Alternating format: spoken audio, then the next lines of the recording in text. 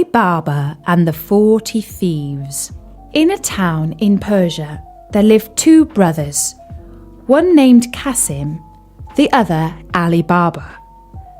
Qasim was married to a rich wife and lived in luxury, while Ali Baba had to maintain his wife and children by cutting wood in a neighbouring forest and selling it in the town. One day, when Ali Baba was in the forest, he saw a troop of men on horseback coming toward him in a cloud of dust.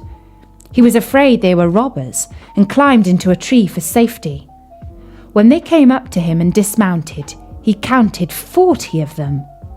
They unbridled their horses and tied them to trees. The finest man among them, whom Ali Baba took to be their captain, went a little way among some bushes and said, "Open, sesame!" so plainly that Ali Baba heard him. A door opened in the rocks, and having made the troop go in, he followed them, and the door shut again of itself. They stayed inside some time, and Ali Baba, fearing they might come out and catch him, was forced to sit patiently in the tree. At last the door opened again, and the 40 thieves came out. As the captain went in last, he came out first and made them all pass by him. He then closed the door, saying, "Shut, sesame!" Every man bridled his horse and mounted. The captain put himself at their head, and they returned as they came. Then Ali Baba climbed down and went to the door concealed amongst the bushes and said, "Open, sesame!" And it flew open. Ali Baba, who expected a dull, dismal place, was greatly surprised to find it large and well lighted, hollowed by the hand of a man in the form of a vault, which received light from an opening in the ceiling. He saw rich bales of merchandise, silk, stuffed brocades all piled together, and gold and silver in heaps, and money in leather purses. He went in, and the door shut behind him. He did not look at the silver, but brought out as many bags of gold as he thought his asses, which were browsing outside, could carry, loaded them with bags, and hid all with faggots. Using the words, "Shut, sesame!" he closed the door and went home. Then he drove his asses into the yard, shut the gates, carried the money bags to his wife, and emptied them out before her. He bade her keep the secret, and he would go and bury the gold. "Let me first measure it," said his wife. "I will go borrow a measure of someone while you dig the hole." So she ran to the wife of Qasim and borrowed a measure. Knowing Ali Baba's poverty, the sister was curious to find out what sort of grain his wife wished to measure, and artfully put some toffee at the bottom of the measure. Ali Baba's wife went home and set the measure on the heap of gold and filled it and emptied it often to her great content. She then carried it back to her sister without noticing that a piece of gold was sticking to it, which Qasim's wife noticed directly as soon as her back was turned. She grew very curious and said to Qasim when he came home, "Qasim, your brother is richer than you. He does not count his money, he measures it." He begged her to explain this riddle, which she did by showing him the piece of money and telling him where she found it. Then Qasim grew so envious that he could not sleep, and went to his brother in the morning before sunrise. "Ali Baba," he said, showing him the gold piece, "you pretend to be poor, and yet you measure gold." By this Ali Baba perceived that through his wife's folly, Qasim and his wife knew their secret, so he confessed all and offered Qasim a share. "That I accept," said Qasim, "but I must know where to find the treasure, otherwise I will discover all, and you will lose all." Ali Baba, more out of kindness than fear, told him of the cave and the very words to use. Qasim left Ali Baba, meaning to get the treasure for himself. He rose early next morning and set out with 10 mules loaded with great chests. He soon found the place and the door in the rock. He said, "Open, sesame!" And the door opened and shut behind him. He could have feasted his eyes all day on the treasures, but he now hastened to gather together as much of it as possible. But when he was ready to go, he could not remember what to say for thinking of his great riches. Instead of sesame, he said, "Open, barley!" And the door remained fast. He named several different sorts of grain, all but the right one, and the door still stuck fast. He was so frightened about the danger he was in that he had as much forgotten the world as if he had never heard it. About noon the robbers returned to their cave and saw Kasim's mules roving about with great chests on their backs. This gave them the alarm. They drew their sabres and went to the door, which opened on their captain, saying, "Open, sesame!" Kasim, who had heard the trampling of their horses' feet, resolved to sell his life dearly. So when the door opened, he leapt out and threw the captain down. In vain, however, the robbers with their sabres soon killed him. On entering the cave, they saw all the bags laid ready, and could not imagine how anyone had got in without knowing their secret. They cut Kasim's body into 4 quarters, in order to frighten anyone who should venture in, and went away in search of more treasure. As night drew, Kasim's wife grew very uneasy, and ran to her brother-in-law and told him where her husband had gone. Ali Baba did his best to comfort her, and set out to the forest in search of Kasim. The first thing he saw on entering the cave was his dead brother. Full of horror, he put the body on one of his asses, and bags of gold on the other 2, and covering all with some faggots, returned home. He drove the 2 asses laden with gold into his own yard, and led the other 2 to Kasim's house. The door was opened by the slave Morgiana, whom he knew to be both brave and cunning. Unloading the ass, he said to her, "This is the body of your master, who has been murdered, but whom we must bury as though he had died in his bed. I will speak with you again, but now tell your mistress I am come." The wife of Kasim, on learning the fate of her husband, broke out into tears and cries. But Ali Baba offered to take her to live with him and his wife, whereupon she agreed and dried her eyes. Morgiana, meanwhile, sought a doctor and asked him for some lozenges. "My poor master," she said, "can neither speak nor eat." She carried home the lozenges and returned next day weeping, and asked for an essence only given to those just about to die. Thus in the evening no one was surprised to hear the wretched shrieks and cries of Kasim's wife and Morgiana, telling everyone that Kasim was dead. The next day, after Morgiana went to an old cobbler near the gates of the town, who opened his stall early, put a piece of gold in his hand, and bade him follow her with his needle and thread. Having bound his eyes with the handkerchief, she took him to the room where the body lay, pulled off the bandage, and bade him sew the quarters together, after which she covered his eyes again and led him home. Then they buried Kasim, and Morgiana, his slave, followed him to the grave, weeping and tearing her hair, while Kasim's wife stayed at home, uttering lamentable cries. Next day she went to live with Ali Baba, who gave Kasim's shop to his eldest son. The 40 thieves, on their return to the cave, were much astonished to find Kasim's body gone and some of their money bags. "We are certainly discovered," said the captain, "and shall be undone if we cannot find out who it is that knows our secret. 2 men must have known it. We have killed one, we must now find the other. To this end, one of you who is bold and artful must go into the city dressed as a traveller, and discover whom we have killed, and whether men talk of the strange manner of his death. If the messenger fails, he must lose his life, lest we be betrayed." One of the thieves started up and offered to do this, and after the rest had highly commended him for his bravery, he disguised himself and happened to enter the town at daybreak, just by Baba Mustapha's stall.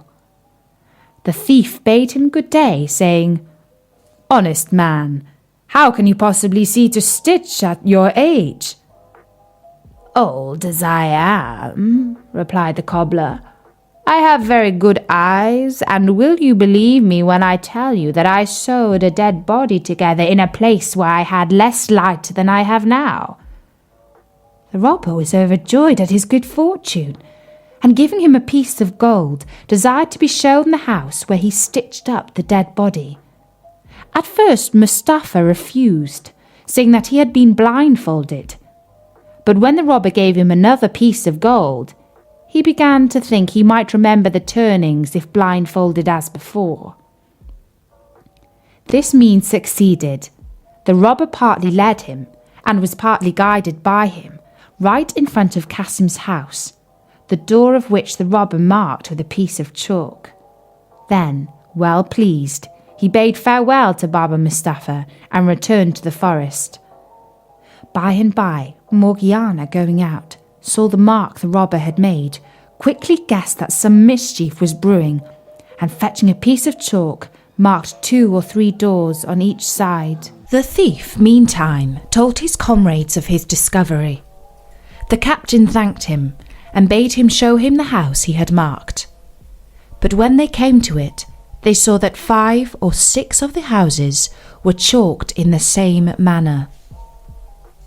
The guide was so confused that he knew not what answer to make, and when they returned, he was at once beheaded for having failed. Another robber was sent out, and having won over Baba Mustapha, marked the house in red chalk.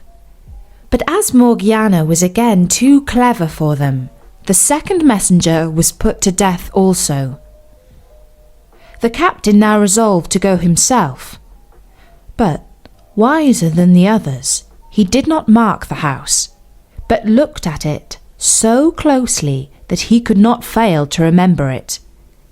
He returned and ordered his men to go into the neighbouring villages and buy 19 mules and 38 leather jars, all empty except one, which was full of oil. The captain put one of his men, fully armed, into each, rubbing the outside of the jars with oil. Then the 19 mules were loaded with 37 robbers in jars, and the jar of oil, and reached the town by dusk. The captain stopped his mules in front of Ali Baba's house, and said to Ali Baba, who was sitting outside for coolness, "I have brought some oil from a distance to sell at tomorrow's market, but it is now so late that I know not where to pass the night, unless you will do me the favour to take me in." Though Ali Baba had seen the captain of the robbers in the forest, he did not recognise him in the disguise of an oil merchant. He bade him welcome, opened his gates for the mules to enter, and went to Morgiana to bid her prepare a bed and supper for his guest. He brought the stranger into his hall, and after they had supped, went again to speak to Morgiana in the kitchen, while the captain went into the yard under pretence of seeing after his mules, but really to tell his men what to do. Beginning at the first jar and ending at the last, he said to each man, "As soon as I throw some stones from the window of the chamber where I lie, cut the jars open with your knives and come out, and I will be with you in a trice."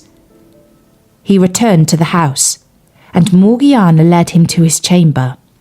She then told Abdullah, her fellow slave, to set on the pot some broth for her master, who had gone to bed. Meanwhile her lamp went out, and she had no more oil in the house. "Do not be uneasy," said Abdullah. "Go into the yard and take some out of one of those jars." Morgiana thanked him for his advice, took the oil pot and went into the yard.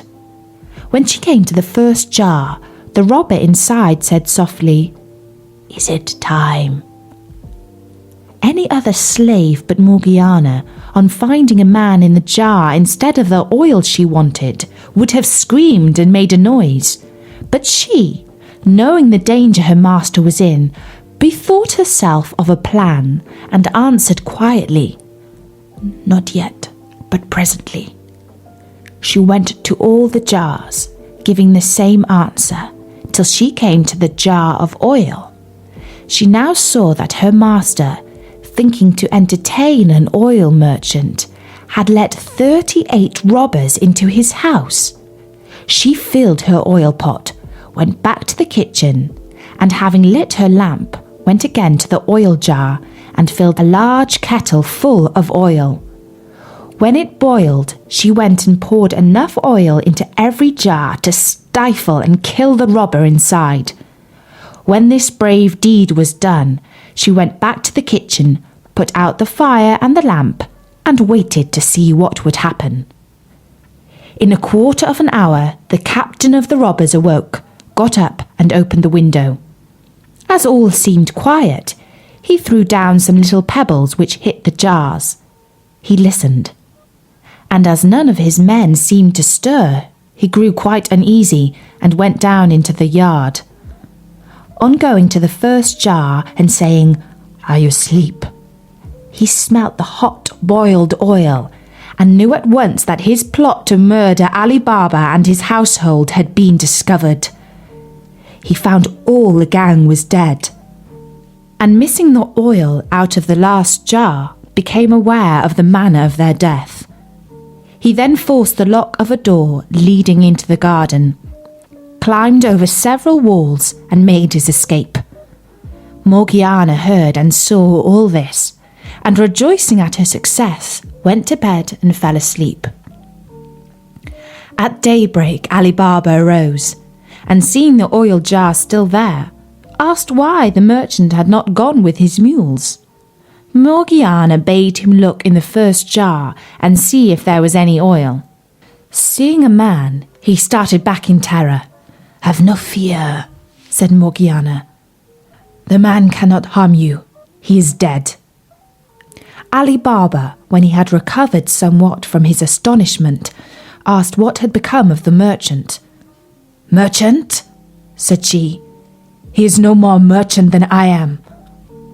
And she told him the whole story, assuring him that it was a plot of the robbers of the forest, of whom only 3 were left, and that the white and red chalk marks had something to do with it.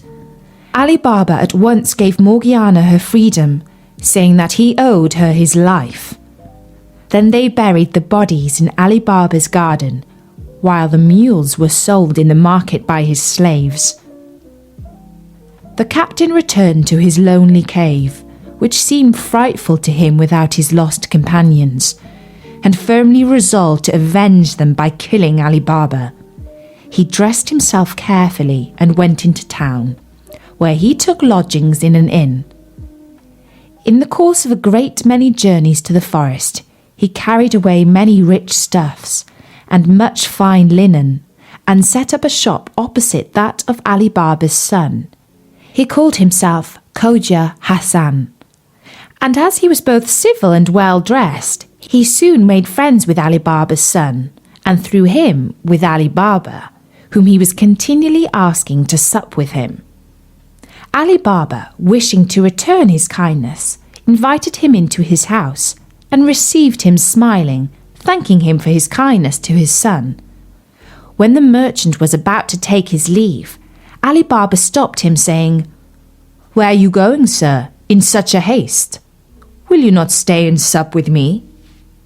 The merchant refused, saying that he had a reason, and on Ali Baba's asking him what that was, he replied, it is, sir, that I can eat no food that has salt in it." "If that is all," said Ali Baba, "let me tell you that there shall be no salt in either the meat or the bread that we eat tonight." He went to give this order to Morgiana, who was much surprised. "Who is this man," said she, "who eats no salt with his meat?" "He is an honest man, Morgiana," returned her master. "Therefore do as I bid you." But she could not withstand a desire to see this strange man. So she helped Abdullah to carry up the dishes and saw in a moment that Khoja Hassan was the robber captain and carried a dagger under his robes. "I am not surprised," she said to herself, "that this wicked man who intends to kill my master will eat no salt with him, but I will hinder his plans." She sent up the supper by Abdullah, while she made ready for one of the boldest acts that could be thought on. When the dessert had been served, Khoja Hassan was left alone with Ali Baba and his son, whom he thought to make drunk,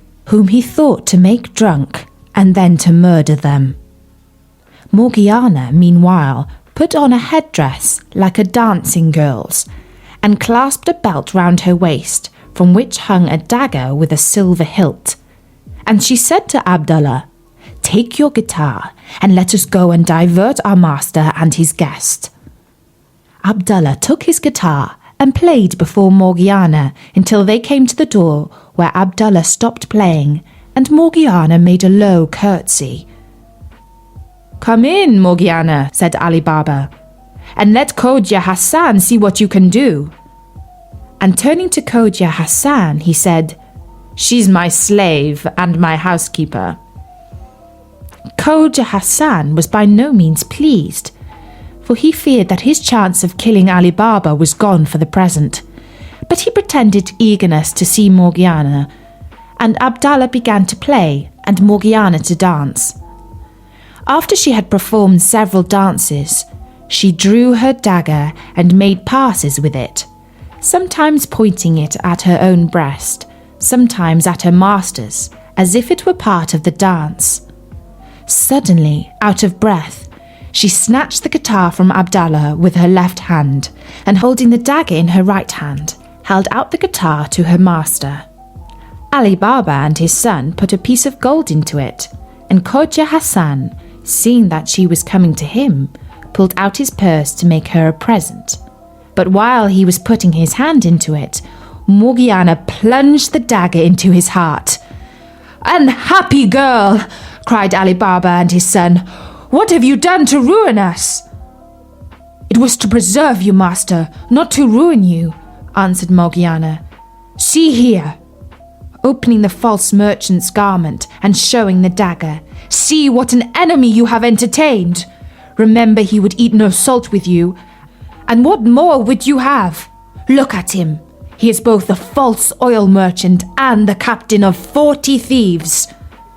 Ali Baba was so grateful to Morgiana for thus saving his life that he offered her to his son in marriage, who readily consented.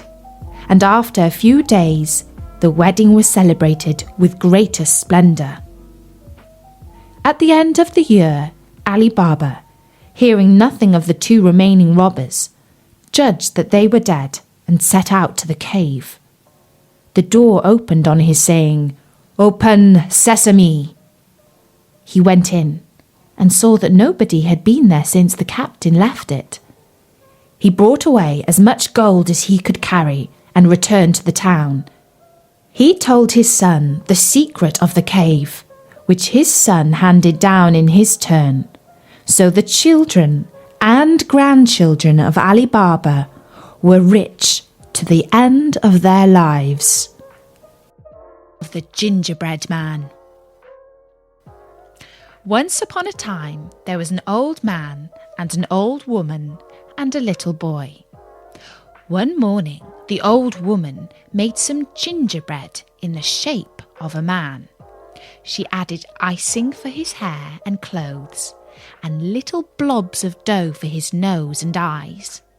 When she put him in the oven to bake, she said to the little boy, "You watch the gingerbread man, while your grandfather and I go out and work in the garden."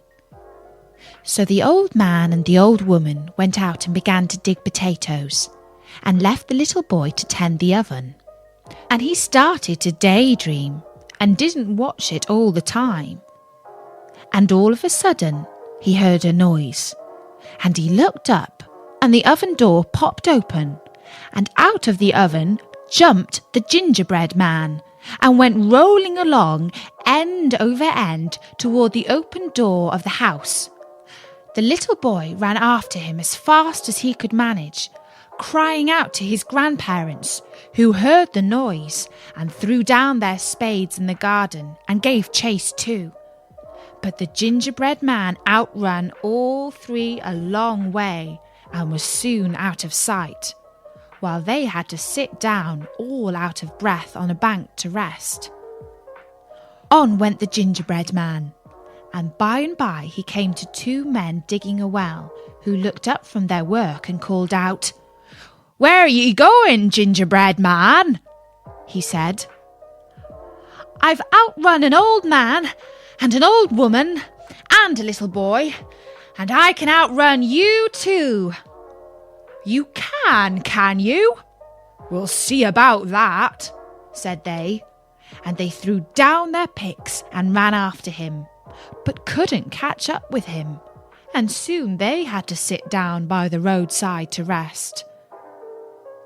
On ran the gingerbread man, and by he came to two men digging a ditch. "Where are you going, gingerbread man?" said they. He said, "I've outrun an old man and an old woman and a little boy and two well diggers, and I can outrun you too." "You can you? We'll see about that," said they, and they threw down their spades and ran after him too. But the gingerbread man soon outstripped them also, and seeing that they could never catch him, they gave up the chase and sat down to rest. On went the gingerbread man, and by he came to a bear. The bear said, "Where are you going, gingerbread man?" he said. "I've outrun an old man and an old woman and a little boy and two well diggers and two ditch diggers, and I can outrun you too." "Oh, you can you?" growled the bear. "We'll see about that," and trotted as fast as his legs could carry him after the gingerbread man, who never stopped to look behind him. Before long, the bear was left so far behind that he thought he might as well give up the hunt sooner rather than later. So he stretched himself out by the roadside to rest. On went the gingerbread man, and by he came to a wolf. The wolf said, "Where are you going, gingerbread man?" "I've outrun an old man and an old woman and a little boy and two well diggers and two ditch diggers and a bear, and I can outrun you too." "You can you?" snarled the wolf. "We'll see about that." And he set into a gallop after the gingerbread man, who went on and on so fast that the wolf too saw there was no hope of overtaking him, and he too lay down to rest.